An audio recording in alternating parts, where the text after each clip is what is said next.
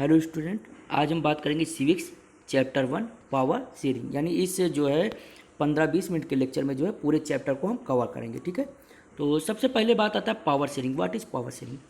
Power sharing का मतलब होता है सत्ता की साझेदारी। सत्ता की साझेदारी का मतलब जो किसी भी कंट्री का जो एडमिनिस्ट्रेशन पावर है वो किन किन लोगों में बांटा गया है उसको बांट देना है। किसी भी कंट्री का जो एडमिनिस्ट्रेशन का जो पावर है वो कई लोगों में बांट देना ही क्या होता है, पावर शेयरिंग कहलाता है। ठीक है, तो इसका हम बेटर एग्जांपल समझेंगे किससे? बेल्जियम और श्रीलंका की स्टोरी से। ठीक है, पावर शेयरिंग का जो है बेटर एग्जांपल जो है बेल्जियम और श्रीलंका की स्टोरी के माध्यम से हम समझेंगे। ठीक है, तो सबसे पहले बात करते हैं हम किसकी? बेल्जियम की बात करते हैं। किसकी? बेल्जियम की। सपोज करते हैं ये एक मैप है बेल्जियम का। ठीक है, और बेल्जियम जो है एक इसका एरिया बता देते हैं। बेल्जियम एक यूरोप कॉन्टिनेंट की छोटी सी कंट्री है जिसका एरिया क्या है, हमारी कंट्री का एक स्टेट है हरियाणा। हरियाणा जितना है लगभग। ठीक है, और अगर उसकी पॉपुलेशन की बात करते हैं तो लगभग 1 करोड़ है। 1 करोड़ यानी हरियाणा की आधी है। ठीक है, और अगर हम बेल्जियम की बात करते हैं तो ये जो है बेसिकली 3 कंट्रियों से सटा हुआ है। नीदरलैंड जो कि डच स्पीकर्स हैं, जर्मनी जो कि जर्मन स्पीकर्स हैं, उसके बाद फ्रेंच यानी फ्रांस जो कि फ्रेंच स्पीकर्स हैं। ये 3 लोकेशन है, 3 जगहों से सटा हुआ है। तो जो ऊपर वाला जो नीदरलैंड से सटा हुआ इलाका है उसको हम कहते हैं फ्लेमिश रीजन। कौन सा रीजन कहते हैं? Flemish region. यहाँ पे कौन से होते थे? डच स्पीकर्स ज़्यादा होते थे। यहाँ पे डच स्पीकर्स ज़्यादा होते थे। ठीक है, और जो नीचे की बात करते हैं तो ये फ्रांस से सटा हुआ इलाका था। तो और यहाँ पे वलोनिया रीजन्स के लोग रहते थे। ठीक है, जो कि क्या बोलते थे? फ्रेंच बोलते थे। और बाकी इस एरिया की बात करते हैं तो ये क्या था? मेन बेल्जियंस थे जो कि जर्मन लैंग्वेज बोलते थे। ठीक है, इनकी संख्या 1% होती है। तो अब बात करते हैं बेल्जियम में जो है डच स्पीकर्स की संख्या कितनी थी? 59%। ठीक है, और फ्रेंच स्पीकर की संख्या थी 40% और जर्मन स्पीकर की संख्या 1% थी। ठीक है, तो ये टोटल ओवरऑल क्या था? कवरेज था किसका? डच स्पीकर्स और फ्रेंच स्पीकर्स और जर्मन स्पीकर्स। यानी हमने यहाँ पे समझा कि पूरे बेल्जियम की बात करते हैं तो 59% क्या थे? डच स्पीकर्स थे जो कि कम पैसे वाले होते थे, थोड़ा गरीब होते थे। और 40% होती थी फ्रेंच स्पीकर जो कि थोड़ा धनी होते थे, रिच होते थे, पैसे वाले होते थे। ठीक है, और 1% होते थे जर्मन स्पीकर्स। ठीक है, और ये जो है फ्लेमिश रीजन में यहाँ पे क्या होता था? बेल्जियम का कैपिटल ब्रुसेल्स। बेल्जियम का कैपिटल ब्रुसेल्स था। इस ब्रुसेल्स जो बेल्जियम का कैपिटल ब्रुसेल्स जो था, यहाँ पर फ्रेंच स्पीकर्स की संख्या थी 80% और जो डच स्पीकर की संख्या थी वो 20%। ठीक है, तो हमने यहाँ पे पूरा ओवरऑल कवरेज पढ़ा किसके बारे में? बेल्जियम के बारे में। बेल्जियम का एरिया कितना था, कौन कौन से स्पीकर्स के लोग थे, कौन कौन सी कंट्री से सटा हुआ था बेल्जियम। ठीक है, ये सारी चीज़ें पढ़ी। अब एक चीज़ आपको मैंने जब यहाँ पे डच स्पीकर्स, फ्रेंच स्पीकर्स और जर्मन स्पीकर्स के बारे में बताया कि यहाँ पे इतने इतने लोग थे। ठीक है, अब आपने देखा मैंने बताया कि जो है डच स्पीकर्स 59% थे, मेजॉरिटी में थे। फ्रेंच स्पीकर जो थे वो 40% थे जो कि माइनॉरिटी में थे। और जर्मन स्पीकर्स भी 1% थे जो कि माइनॉरिटी में थे। यानी माइनॉरिटी में एक तरफ बात करते हैं क्या, मेजॉरिटी में कौन था? Dutch speakers. लेकिन अगर बात करते हैं पूरी बेल्जियम्स की जो पावर थी, सत्ता थी, वो किसके हाथ में थी? फ्रेंच स्पीकर की, जो कि माइनॉरिटी में होते थे। यानी एक अजीब सोच है कि यहाँ पे जो माइनॉरिटी में था उसका पूरी कंट्री पे दबदबा बना था, उसका पावर था। यानी हर जगह क्या होता था? फ्रेंच स्पीकर्स को ही प्रियोरिटी दी जाती। क्यों? क्योंकि जो फ्रेंच स्पीकर्स होते थे ये धनी होते थे, पैसे वाले होते थे, इनके पास धन ज़्यादा होता था कंपेयर टू डच स्पीकर। तो जिस कारण क्या होता था, पूरा पावर, कंट्री का पावर किसके हाथ में था? इस इन फ्रेंच स्पीकर्स के हाथ में था। जिसके कारण हर चीज़ में, कॉन्स्टिट्यूशन में इनके लैंग्वेज को यानी फ्रेंच लैंग्वेज को प्रियोरिटी दी जाती थी। एजुकेशन में, जॉब्स में, हर जगह फ्रेंच स्पीकर्स को ही प्रियोरिटी दी जाती थी। और बात करते हैं यहाँ पे डच और जर्मन स्पीकर्स को टोटली अवॉइड किया जाता था, जबकि डच स्पीकर्स की संख्या ज़्यादा होती थी। ठीक है, ये तो बेल्जियम की कहानी थी। ठीक है, और अब बात करते हैं श्रीलंका की कहानी। ठीक है, मान लेते हैं एक कंट्री श्रीलंका जो कि हमारे बात करते हैं साउथ इंडिया यानी केरल की बात करते हैं तो केरल से कुछ किलोमीटर यानी कुछ किलोमीटर या कुछ मील्स की दूरी पे क्या है? श्रीलंका स्थित है। ठीक है, तो श्रीलंका में कुल अगर बात करते हैं तो यहाँ पर जो है 3 कैटेगरी के लोग बेसिकली रहते थे। एक तो थे सिंघाला लैंग्वेज, सिंघाला स्पीकर्स। जो कि जिनकी संख्या होती थी 74%, यानी जो सिंघाला स्पीकर्स होते थे इनकी संख्या होती थी 74%। ठीक है, ये होते थे बुद्धिज्म। ये कौन होते थे? ये बुद्धिज्म होते थे। ठीक, और उसके बाद क्या होते थे? तमिल स्पीकर्स, यानी तमिल होते थे। तमिल स्पीकर जिनकी संख्या होती थी 18%। ठीक है, जिनकी संख्या होती थी 18%। इन्हीं तमिल स्पीकर्स में जो है 13% जो होते थे वो श्रीलंकन तमिल होते थे और 5% होते थे इंडियन तमिल। ठीक है, इन्हीं 18% में 13% क्या होते थे? श्रीलंकन तमिल और 5% इंडियन तमिल। इंडियन तमिल मतलब जिनके पूर्वज या जिनके पिछले जनरेशन के लोग क्या होते थे, पहले इंडिया में रहते थे लेकिन किसी कारणवश श्रीलंका में जाकर बस गए थे। इन्हीं 18% में, यानी इन्हीं 18% तमिल में क्या होते थे? कुछ हिंदू होते थे, कुछ मुस्लिम होते थे और कुछ और भी कास्ट के लोग होते थे। ठीक है, और बाकी बात करते हैं, नेक्स्ट जो बात करते हैं 7% यहाँ पे होते थे क्रिश्चियन। 7% कौन होता था? क्रिश्चियन। यानी 74% होते थे सिंघाला स्पीकर जो कि बुद्धिज्म होते थे। 18% होते थे तमिल स्पीकर्स जिसमें से 13% इंडिया के होते थे और 5% क्या होते थे? 13% श्रीलंका के श्रीलंकन तमिल होते थे और 5% इंडियन तमिल होते थे। और बाकी 7% क्या होते थे? क्रिश्चियन होते थे। जो तमिल होते थे तमिल में ही हिंदू मुस्लिम होते थे। बाकी 1% जो बचता है 1% में अदर कास्ट आ जाते हैं, अदर जाति के, अदर धर्म के लोग आ जाते हैं। ठीक है, तो ये थी पूरी श्रीलंका की बात करते हैं। और अगर ये श्रीलंका के स्पीकर्स या उनके लोगों के जो डाइवर्सिटी थी उसकी बात थी।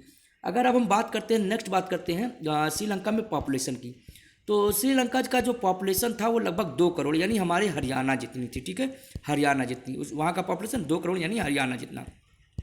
अब बात करते हैं यहाँ पे मेजॉरिटी में कौन था? सिंघाला स्पीकर्स। माइनॉरिटी में कौन था? क्रिश्चियन थे, तमिल स्पीकर्स थे, ये सब माइनॉरिटी में थे। अब आपको जो है मैंने 2 स्टोरी सुनाई, एक बेल्जियम की और एक श्रीलंका की। बेल्जियम में क्या थे? मेजॉरिटी में कौन होता था? डच स्पीकर्स होते थे, बट गरीब होने के कारण क्या होता था? पूरा पावर किसके पास होता था? माइनॉरिटी वाले जो फ्रेंच स्पीकर्स थे। लेकिन यहाँ पर क्या था? मेजोरिटी में कौन होता था? सिंघाला स्पीकर्स होते थे और पावर सारा इन्हीं के पास होता था। तो ये अब 2 कंट्रियों की मैंने क्या किया, 2 कंट्रियों की कहानी सुनाई, बताया उसके बारे में। दोनों कंट्रियों में क्या हो गया, जब धीरे धीरे क्या हो गया, बेल्जियम में क्या हो गया, धीरे धीरे जो डच स्पीकर्स थे इनके पास पैसा आने लगा, धनी होने लगे, तो इन लोगों ने भी अपनी आवाज़ें उठाना शुरू किया और कहा कि मुझे भी, चूँकि मैं मेजॉरिटी में हूँ और मैं इसी कंट्री का नागरिक हूँ, इसलिए मुझे भी क्या किया जाए, आपके बराबर इक्वल राइट दिया जाए। यही सेम सिचुएशन श्रीलंका में हुआ। श्रीलंका के लोगों ने भी क्या किया, श्रीलंका के लोगों ने भी मांग किया कि भाई हम लोग भी क्या है, इसी कंट्री के रहने वाले, हमें भी इक्वल राइट दिया जाए। लेकिन हुआ क्या, अब बेल्जियम और श्रीलंका में दोनों में अलग सिचुएशन हुई है। एक बेल्जियम कंट्री थी जिसने पावर शेयरिंग को क्या किया, परमिट कर दिया, पावर शेयरिंग कर दिया और वहाँ पे के लोग क्या हो गए, सुखी हो गए। और वहीं श्रीलंका के लोगों ने क्या किया, पावर शेयरिंग को क्या किया, नहीं परमिट किया, यानी उसमें एग्रीमेंट नहीं किया और उन्हें इसका विरोध किया, यानी सिंघाला स्पीकर्स ने, और वहाँ पे क्या हुआ, सिविल वॉर हुआ। ठीक है, तो हम अब आगे के कॉन्सेप्ट को क्या करेंगे, समझेंगे, आगे के कॉन्सेप्ट को समझेंगे। पहला आगे का कॉन्सेप्ट समझेंगे किसके माध्यम से, ये मेजोरिटेरियनिज्म इन श्रीलंका और एकमेंडेशन इन बेल्जियम, इन दोनों चीज़ों के माध्यम से हम आगे की स्टोरी समझते हैं। ठीक है, तो बात करते हैं मेजोरिटेरियनिज्म इन श्रीलंका, यानी बहुसंख्यक जो लोग होते थे उनके बारे में बात कर रहा है, यानी जो मेजॉरिटी में लोग होते थे उनकी बात करते थे। तो मेजॉरिटी में क्या होता था श्रीलंका में, मेजोरिटेरियन इन श्रीलंका, यानी जो बहुसंख्यक लोग होते थे उनके बारे में बता रहा है कि उनकी राय क्या थी, उनकी सोच क्या थी और उन्होंने क्या निर्णय लिया था पावर शेयरिंग को लेकर। तो मेजॉरिटी में कौन होता था श्रीलंका में, सिंघाला स्पीकर्स होते थे, क्योंकि ये मेजॉरिटी में होते थे, जिस कारण कंट्री का पूरा पावर इनके हाथ में था। और जब तमिल स्पीकर्स और जो क्रिश्चियन थे, इन लोगों ने जब अपनी मांग रखना शुरू किया कि भाई मुझे भी इक्वल पावर दिया जाए, और तब इन लोगों ने बात नहीं मानी। यानी अगर बात करते हैं 1948 में श्रीलंका में पूरा पावर इन्हीं सिंघाला स्पीकर के पास आ गया, और जो तमिल स्पीकर्स होते थे इन लोगों को टोटली अवॉइड किया गया, नेगलेक्ट किया गया। लेकिन धीरे धीरे जब इन लोगों के पास पैसा आने लगा, धीरे धीरे इन लोगों की बुद्धि जब जागने लगी, तो तमिल स्पीकर्स और इन लोगों ने भी क्या किया, विद्रोह करना शुरू किया, अपना संगठन बनाना शुरू किया।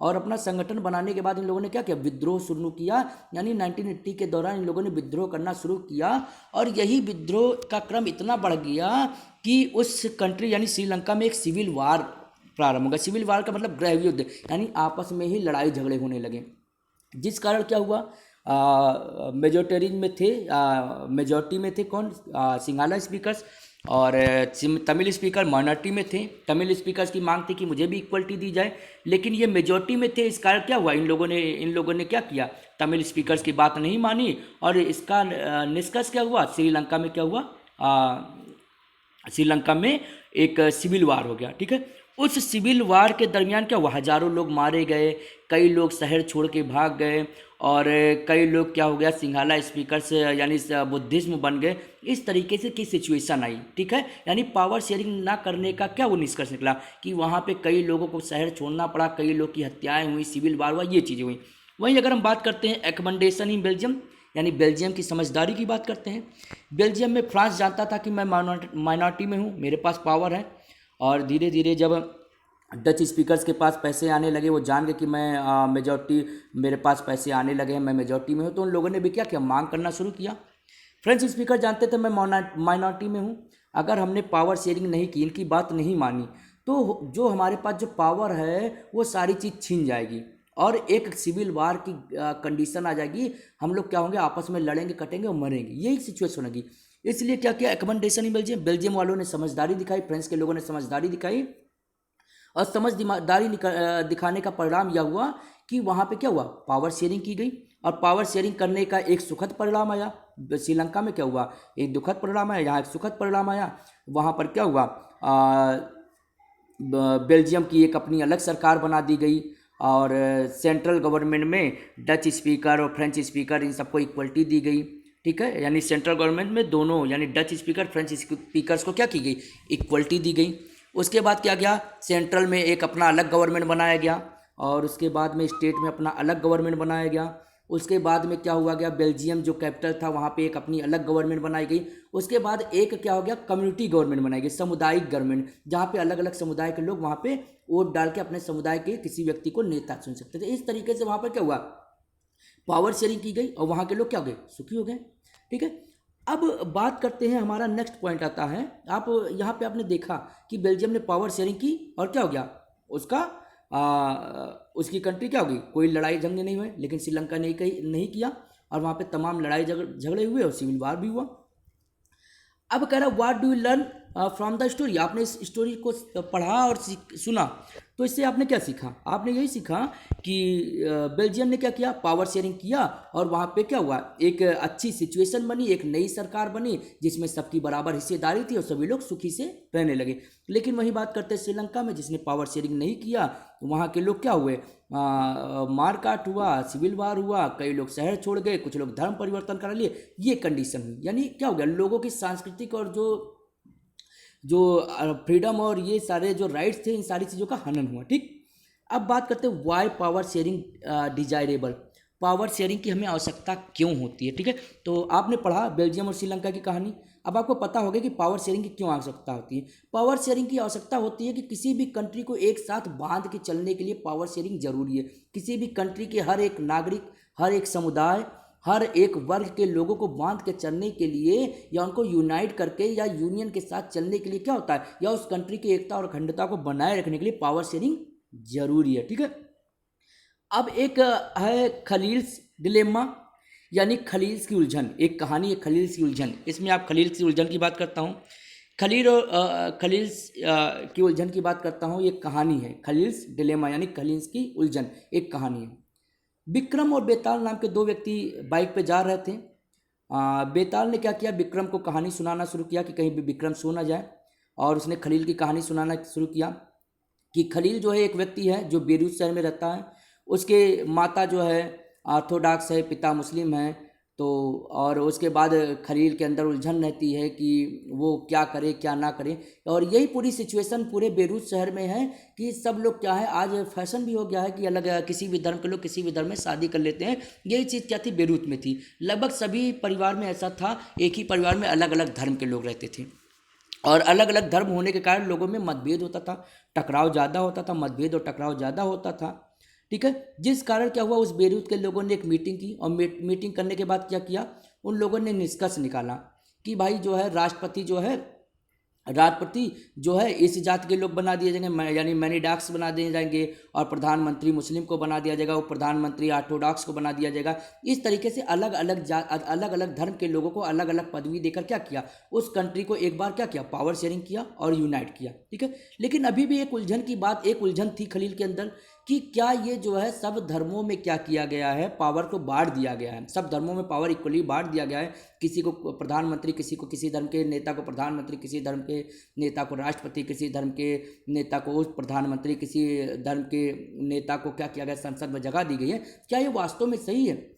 खलील की पूरी ओवरऑल उलझन है, क्या ये पावर शेयरिंग, इस तरीके का पावर शेयरिंग सही है, या जो डेमोक्रेसी में पावर शेयरिंग दी जाती है वो सही है? ठीक है, तो आप इस कहानी को जो है आप पढ़िएगा, उसके बाद आप हमें कमेंट करके बताइएगा कि क्या सही है, जो पावर शेयरिंग बेरूत में जिस तरीके से की गई वो सही था, या जो डेमोक्रेसी में पावर शेयरिंग होती है वो सही है। ठीक है, अब बात करते हैं हम फॉर्म्स ऑफ पावर शेयरिंग। ठीक है, फॉर्म्स ऑफ पावर शेयरिंग की बात करते हैं तो पावर शेयरिंग को जो है 4 टाइप्स में कैटेगराइज किया गया है।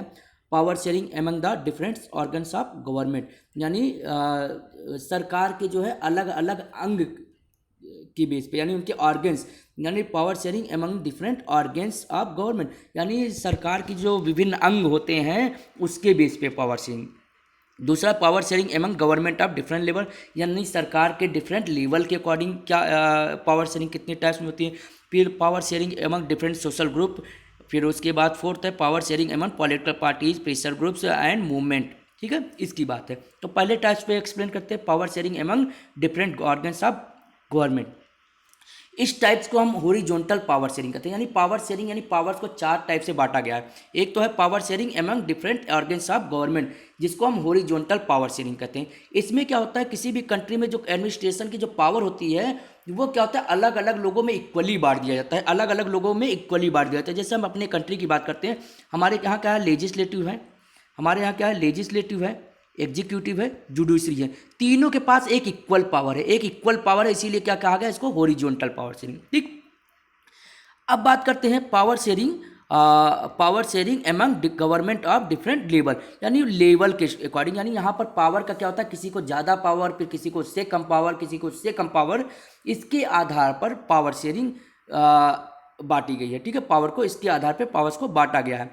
तो दूसरा एग्जाम्पल लेते हैं अपने ही कंट्री का एग्जाम्पल, जो हमारे यहाँ एक फेडरलिज्म सिस्टम है। फेडरलिज्म सिस्टम यानी सबसे ज़्यादा पावर हमारे यहाँ सेंट्रल गवर्नमेंट को दिया गया, फिर उससे कम स्टेट गवर्नमेंट, फिर उससे कम लोकल गवर्नमेंट, यानी पावर को क्या किया, कम से कम, ज़्यादा से कम की ओर गया, यानी सबसे ऊपर इसको ज़्यादा, फिर स्टेट गवर्नमेंट को उससे कम, फिर लोकल गवर्नमेंट को सबसे कम, यानी इसको इसीलिए क्या कहा गया, वर्टिकल पावर शेयरिंग, क्योंकि ज़्यादा से कम की ओर ये बढ़ रहा है। यहाँ पे इक्वल होता था इसलिए हॉरिजॉन्टल कहा गया, ये यहाँ पे क्या होता था, यहाँ पे सबसे ज़्यादा होता था, फिर भी उसके नीचे वाले से उसका कम, फिर सबसे नीचे वाले को सबसे कम, इसलिए इसको क्या कहा गया, इसको वर्टिकल पावर शेयरिंग या power sharing among different level of government. ठीक, अब बात करते हैं power sharing among different social groups of power sharing. Power sharing जो अलग अलग तरह के समुदाय के अकॉर्डिंग या समूह के अकॉर्डिंग जो है, सामाजिक समूह में जो पावर्स बढ़ जाता है, जैसा कि आपने बेल्जियम में पढ़ा था, यानी बेल्जियम की आपने स्टोरी पढ़ा कि किस तरीके से बेल्जियम में फ्रेंच, डच और जर्मन में पावर को इक्वली बांट दिया गया। तो ये जो है ये फार्मूला अपनाया गया था कहाँ, बेल्जियम में। ठीक, यानी हमने पहला पावर शेयरिंग का फॉर्म पढ़ा, पहला पावर था among different organs of government, इसको हम हॉरिजॉन्टल पावर शेयरिंग कहते हैं क्योंकि इसमें पावर इक्वली बांट दिया जाता है। दूसरा among government of different level, इसमें क्या होता है, पावर कम से ज़्यादा की ओर होता है, इसलिए हम इसको वर्टिकल पावर शेयरिंग, जो सबसे पहले पे होता है सेंट्रल गवर्नमेंट उसको ज़्यादा, स्टेट गवर्नमेंट को उससे कम और लोकल गवर्नमेंट को उससे कम, यानी यहाँ पावर ज़्यादा से कम की ओर, इसलिए इसको हम वर्टिकल पावर शेयरिंग कहते हैं। ठीक है, अब उसके बाद power sharing among different social groups, यहाँ पे क्या होता है कि पावर शेयरिंग जो होती है अलग अलग समुदाय के बीच पे की जाती है। वहाँ पे जो लोग होते हैं उनके समूह, यानी जो समाज में रहने वाले लोग होते हैं उनकी संख्या के आधार पे कर दी जाती है। जैसे बेल्जियम में डच थे, फ्रेंच थे, जर्मन स्पीकर्स थे, इन लोगों ने क्या किया, इन लोगों ने किया जो बेल्जियम में जो पावर शेयरिंग हुई, क्या हुआ, सबको इक्वल पावर दे दिया, बेल्जियंस को भी दे दिया और डच को भी दे दिया, फ्रेंच को दे दिया, यानी एक फ्रेंच स्पीकर्स था, एक डच स्पीकर्स था, एक जर्मन स्पीकर्स था, ये सारे अलग अलग समूह थे, लेकिन सब में क्या किया, आपस में बांट दिया गया। कोई डेमोक्रेसी नहीं है, लेकिन क्या हुआ, पावर सबको बांट दिया गया। या जैसे बेरूत में किया गया था, मुस्लिम को भी पावर दे दिया गया, सबको, यानी अलग अलग समूह, अलग अलग कम्युनिटी को पावर क्या किया जाए, इक्वली बांट दिया जाए उसके बेस पे, ठीक। उसके बाद पावर शेयरिंग एमन political party pressure group movement, तो इसमें होता है कोलिशन गवर्नमेंट। एक एग्जांपल है कोलिशन गवर्नमेंट। इसका मतलब हो गया जब कई पॉलिटिकल पार्टी या कई विरोध करने वाले समूह या विपक्ष दल मिलकर क्या हो, एक क्या कर ले, एक सरकार बना ले। जैसे आप एक वर्ड है गठबंधन सरकार, जैसे कोलिशन गवर्नमेंट का मतलब गठबंधन की सरकार।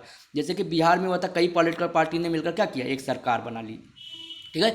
यानी इसका मतलब है power sharing among political party pressure group and movement, यानी इसका एग्जाम्पल है कोलिशन गवर्नमेंट यानी गठबंधन की सरकार। जब कई पॉलिटिकल पार्टी या विपक्षी दल ये सब मिलकर एक अपनी सरकार बना लें तो इसको कहते हैं power sharing among political party pressure group and movement, ठीक है। जैसे एग्जाम्पल्स होगा कोलिशन गवर्नमेंट यानी गठबंधन की सरकार। इसमें क्या होता है, ये जो होती है कोलिशन गवर्नमेंट फॉर्म्ड होती है more than one political party, एक से ज़्यादा पॉलिटिकल पार्टी जब मिलकर कोई सरकार बना ले तो उसको हम कहते हैं कोलिशन गवर्नमेंट या गठबंधन की सरकार, ठीक है।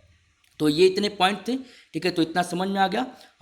Power sharing among different organs, यानी इसको हॉरिजॉन्टल कहते हैं क्योंकि पावर इक्वली बटा होता है। Power sharing among different level, इसमें क्या होता है, पावर जो होता है वर्टिकली क्या होता है, ज़्यादा से कम की ओर होता है, इसलिए इसको हम वर्टिकल पावर शेयरिंग। उसके बाद power sharing among different social group, यानी इसमें अलग अलग सामाजिक समूह और समुदाय के जो है उनकी संख्या के आधार पर क्या किया था, पावर बांट दिया जाता है, ठीक है। Power sharing among political parties pressure groups, इसमें क्या होता है, इसमें जब more than two political party या कई सारे पॉलिटिकल पार्टी प्रेशर ग्रुप ये सब मिलकर जब अपनी सरकार बना लेती हैं तो यहाँ पे क्या कहते हैं, power sharing among different political parties pressure group movement, यानी इसका एग्जांपल है कोलिशन गवर्नमेंट यानी गठबंधन की सरकार, ठीक है। तो आज के लिए इतना ही।